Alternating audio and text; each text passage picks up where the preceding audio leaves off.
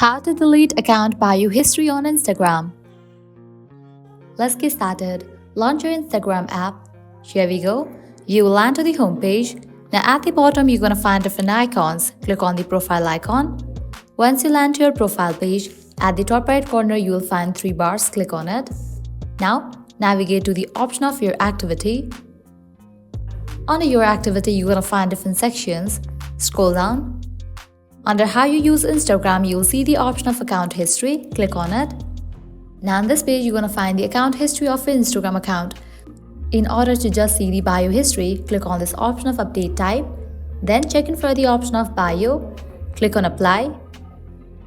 With that, you will get access to the bio history. Now how to delete this? For that, you can click on the option of clear all. Even though you click on the clear all option, you will still be able to find your bio history. If you are wondering, people can find your bio history.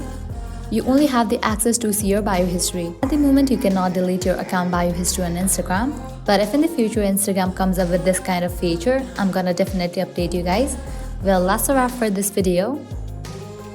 At the end, if you guys find this video helpful, don't forget to like, share and subscribe to our channel. Thank you.